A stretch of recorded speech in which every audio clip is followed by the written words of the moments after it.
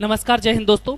इस लेक्चर में हम बात करने वाले हैं इकाई का अंक ज्ञात करना। इकाई का अंक ज्ञात करना यह लेक्चर बहुत ही महत्वपूर्ण होने वाला है, खासकर कॉम्पिटिटिव एग्जाम में, क्योंकि यहाँ से एक क्वेश्चन पूछा जाता है कि कोई भी हमें एक संख्या दी रहेगी, जैसे कि 7^95 हमें लिखा है, माइनस करके लिखा है 3^58।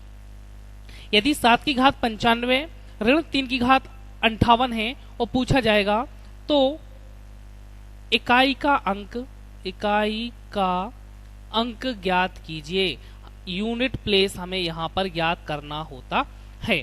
तो इसके लिए हम बात करेंगे तो यहाँ पर इकाई का अंक ज्ञात करने के लिए हम दो मेथड की बात करेंगे। पहले तो एक सर्वमान्य मेथड हम कह सकते हैं, सर्वमान्य विधि, और दूसरी हम ट्रिकी विधि कह सकते हैं, जो हमें थोड़ा सा याद रखनी पड़ेगी। तो ये जो सर्वमान्य विधि है इसको हम लेके चलते हैं। तो यहाँ पर हम बात करते हैं सर्वमान्य विधि की। तो हमें यहाँ पर याद रखना है कि जो पहली मेथड है इसमें हमें याद रखना है कि जो भी हमें नंबर्स है यहाँ पे, जैसे 7 की पावर हमें 95 लिखा हुआ है, 7 की घात 95 लगी हुई है, तो हमें याद रखना है कि इकाई का अंक ज्ञात करने के लिए जो घात लगी हुई है यह, इसमें हम 4 से भाग देते हैं। जो घात लगी हुई है इसमें हम किससे भाग देंगे? 4 से भाग देते हैं। 4 का भाग देने पर हमारा 4 दूनी 8, यहाँ पे 1 बचेगा, 4 3 12, तो यहाँ पे हमें मिलता है 3।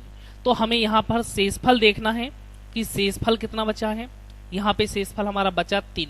तो हम क्या करते हैं, जो हमारा शेषफल होता है इसको हम लगा देते हैं उस नंबर्स के ऊपर पावर।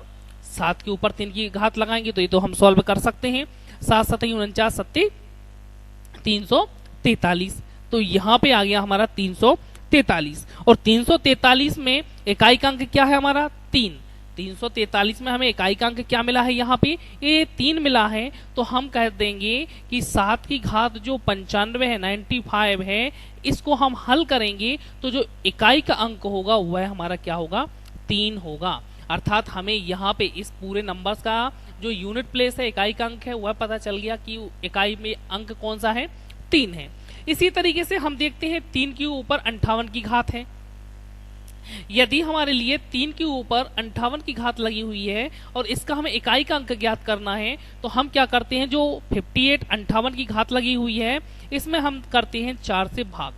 4 से भाग दिया, 4 एकम 4, बचा 1 8, 4 चौको 16, बचा यहाँ पे 2। तो यहाँ पे शेषफल जो बचा है इसको हम इस अंक जो 3 अंक था उसके ऊपर घात लगा देते हैं शेषफल की। तो शेषफल हमारे यहाँ पे 2 है। तो यदि हम इसको सॉल्व करते हैं तो 3 त्रिका 9। तो हम कह सकते हैं कि जो 3 की घात 58 है इसका जो इकाई का अंक होगा वह क्या होगा? 9 होगा। तो हमें ज्ञात क्या करना था, हम उसको देख लेते हैं। हमें पता चल गया कि 7 के ऊपर 95 का इकाई का अंक क्या है? 3 है, और 3 की पावर 58 का इकाई का अंक हमें क्या मिल गया है? यहाँ पे हमें यहाँ पे मिल गया है 9। हमें क्या मिल गया है? 9। और हमें इनका क्या करना था? माइनस करना था। तो माइनस यदि हम करेंगे तो हमें माइनस करने पर क्या मिलेगा? तो यहाँ पर इकाई की जब हम माइनस करते हैं संख्याओं को तो हम 3 का क्या कर लेते हैं? मान लेते हैं 13। तो 13 में से यहाँ पे 9 घट जाएगा तो हमें बचेगा यहाँ पे 4। तो इस तरीके से इस प्रश्न को हल करने पर हमें इकाई का अंक क्या मिलता है? 4 मिलता है। तो इस विधि को हम कह सकते हैं सर्वमान्य विधि। सर्वमान्य विधि।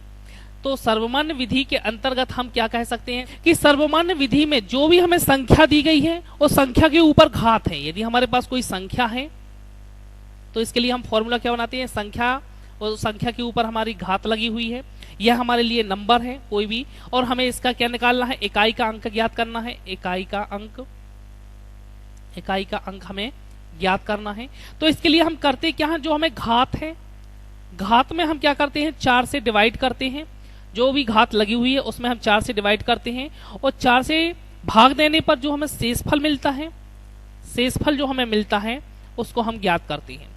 इसके पश्चात हमें जो शेषफल मिला हुआ है उसको हम संख्या की इकाई के अंक पर, संख्या का जो इकाई का अंक है, संख्या का इकाई का अंक, संख्या का जो इकाई का अंक है उस पर हम शेषफल की घात लगा देते हैं, शेषफल की क्या कर देते हैं, घात लगा देते हैं, और हम इसको हल करते हैं तो हमें जो मिलता है नंबर्स वह हमारा उस संख्या का इकाई का अंक होता है। तो इस विधि को हम कह सकते हैं कि यह हमारी विधि जो है वह सर्वमान्य विधि है। यह विधि हर संख्या के लिए, किसी भी संख्या का इकाई का अंक ज्ञात करने के लिए यह विधि सर्व प्रयुक्त होती है। अब हम बात कर लेते हैं एक ऐसी विधि जिसको थोड़ा सा हमें याद रखना पड़ेगा, लेकिन इनसे प्रश्नों को हम आसानी से हल कर लेते हैं। तो हम इसको कह सकते हैं विधि नंबर 2, विधि नंबर 2। तो विधि नंबर 2 की यदि हम बात करें तो यहां पर हम देखते हैं कि इकाई का अंक क्या क्या हो सकता है। किसी भी संख्या में क्या लिख सकते हैं, संख्या में, किसी भी संख्या में इकाई का अंक, संख्या में इकाई का अंक जो होगा, संख्या का इकाई की अंक की बात कर रहे हैं हम अभी, संख्या में इकाई का अंक, संख्या में इकाई का अंक क्या हो सकता है, 0, 1, 2, 3, 4, 5, 6, 7, 8, 9। कोई भी संख्या है, जैसे कि यहाँ पे हमने लिया था संख्या, हमने क्या ली थी, 3 के ऊपर 58। यदि मान के चलिए संख्या है 3 के ऊपर 58, तो यहाँ पे अंक 3 है, संख्या का अंक जो है लास्ट अंक क्या है, 3 है, इकाई का अंक 3 है। तो हमें इस विधि में, जो विधि नंबर 2 है, इसमें हमें 3 बातों को याद रखना है। पहली बात क्या होगी, उसको हमें याद रखना है कि यदि हमें किसी संख्या का, जैसे कि यहाँ पे संख्या क्या है 3, ठीक है ना, और यदि मान के चलो एक क्वेश्चन और ले लेते हैं, जैसे कि हमने लिया 26 के ऊपर 81 की घात लगी हुई है, ठीक है। तो ये उदाहरण है। तो हमें देखना है, जैसे कि ये संख्या 26 है, तो 26 का हमें इकाई का अंक देखना है। क्या लिखा है, संख्या में इकाई का अंक देखना है क्या है। तो इन अंकों में से देखना है, 0 से लेकर 9 तक के ही अंक जो होंगे किसी संख्या के इकाई के अंक में होंगे। तो रूल्स नंबर 1 जो है वह है कि यदि हमें इकाई का अंक संख्या का 0, 1 या फिर हमें 5, 6 मिलता है, क्या मिलता है, यदि संख्या का इकाई का अंक 0 है, 1 है, 5 है या 6 है, इनमें से कोई भी संख्या है, यदि किसी संख्या के इकाई के अंक में 0, 1, 5, 6 कोई भी अंक है, तो उस संख्या की घात कुछ भी हो, उस संख्या की घात कुछ भी हो, उसका इकाई का अंक जो होगा वही संख्या होगी। अर्थात जैसे कि यहाँ पे 26 जो है उसके ऊपर 81 की घात लगी हुई है, और इस संख्या का जो इकाई का अंक है वह 6 है, इसलिए हम कह सकते हैं इस प्रश्न को 26 के ऊपर 81 को हल करने पर हमें इकाई का अंक जो मिलेगा वह 6 ही होगा, अर्थात वही नंबर होगा। जैसे कि यदि हम कह दें कि यदि किसी संख्या के अंत में यदि हमें 101 के ऊपर 101 की पावर लगी हुई है, 111 के ऊपर 101 की घात लगी हुई है, और पूछा जाएगा इसका इकाई का अंक क्या है, इकाई का अंक ज्ञात कीजिए, यह इकाई का अंक क्या है। तो हमें देखना है कि इसका जो संख्या है 111, इसका जो इकाई का अंक है वह 1 है, इसलिए इसको हल करने पर भी हमें इकाई का अंक 1 ही मिलेगा। इसी तरीके से 5, इसी तरीके से 0, कोई भी संख्या हो, हमें इन नंबर्स को याद रखना है कि 0, 1, 5, 6, 0, 1, 5, 6 यदि किसी संख्या के इकाई के अंक में है तो उसके ऊपर कितने की भी घात लगी हो उसका इकाई का अंक यही नंबर होंगे, जो नंबर है संख्या में वही नंबर होगा। यहां पर हम बात करते हैं दूसरे नियम की। दूसरा नियम कहता है नंबर्स के लिए 4 और 9 के लिए। दूसरा नियम हमारा क्या है, 4 और 9। यदि किसी संख्या का इकाई का अंक 4 या 9 है, क्या बोला है, यदि किसी संख्या का इकाई का अंक, किसी संख्या का जो इकाई का अंक है वह क्या है, 4 या 9। यदि किसी संख्या का इकाई का अंक क्या मिल रहा हमें, 4 या 9, और उसके ऊपर किसी सम संख्या की घात लगी हुई है। घात क्या लगी हुई है, सम संख्या की घात। यदि सम संख्या की लगी हुई है और इकाई का अंक 4 या 9 में से है और घात सम लगी हुई है, यदि इकाई का अंक 4 है और घात सम संख्या लगी हुई है, तो हमें जो सॉल्व करने पर आंसर मिलेगा, इकाई का अंक मिलेगा, वह हमारा 6 होगा। हमें याद रखना है। और यदि इकाई का अंक 9 है और घात सम लगी हुई है, तो हमें इकाई का अंक हल करने पर मिलेगा 1। जैसे कि हम इसको उदाहरण के द्वारा समझ लेते हैं कि यदि मान के चलिए कोई प्रश्न है 2, 3 और यहाँ पे 4 है और इसके ऊपर लगी हुई है घात 22 की, तो यहाँ पे हमने नंबर देखा है कि इसका इकाई का अंक क्या है, 4 है, और इस पर जो घात लगी हुई है वह सम संख्या है। तो कहा जाए कि इसका इकाई का अंक क्या है, इकाई का अंक ज्ञात कीजिए या क्या होगा। तो हमें इसको सॉल्व नहीं करना, हमें केवल इकाई का अंक देखना कि ये 4 है, घात सम लगी हुई है, इसलिए इकाई का अंक जो होगा वह 6 होगा। तो हमारा आंसर क्या होगा, 6 होगा। साथ ही यदि मान के चलिए कोई संख्या है जिसके ऊपर लगी हुई है एक समघात और इस संख्या का जो इकाई का अंक है वह 9 है, तो हमें घात देखना है, घात क्या है, और घात क्या है, सम संख्या है, और सम संख्या घात है और इकाई का अंक 9 है, तो हमें इसका आंसर दे देना है कि इस संख्या को हल करने पर हमें इकाई का अंक जो मिलेगा वह 1 होगा। क्या होगा, हमारा आंसर 1 होगा, जो इकाई का अंक होगा। हमें इस बात को समझना है। साथ ही यहीं पर दूसरा रूल्स ये होता है कि यदि इसमें घात, यदि इसकी घात जो है वह विषम संख्या है, अभी बात की हमने सम संख्या की, अब यदि बात करें हम घात विषम संख्या की, और इकाई का अंक तो 4 या 9 ही होंगे, घात यदि सम थी तो 4 का 6 हो जाता है, 9 का 1 हो जाता है, और यदि घात विषम है तो हमें याद रखना है कि यदि इकाई का अंक 4 है तो 4 ही प्राप्त होगा, यदि इकाई का अंक 9 है तो हमें 9 ही प्राप्त होगा। एक उदाहरण और देखते हैं। जैसे कि कोई संख्या है 34 और इसके ऊपर लगी है घात 23 की, तो यहां पर 34 संख्या जो है उसमें इकाई का अंक क्या है, 4, और घात जो लगी हुई है वह एक विषम संख्या है। कैसी है, एक विषम संख्या है। तो इस पूरे को जब हम हल करेंगे तो हमें जो संख्या मिलेगी, इस संख्या का जो इकाई का अंक होगा, इकाई का अंक होगा, इकाई का अंक जो होगा वह 4 ही होगा। हमें इसको हल करने की जरूरत नहीं है, वही अंक होगा।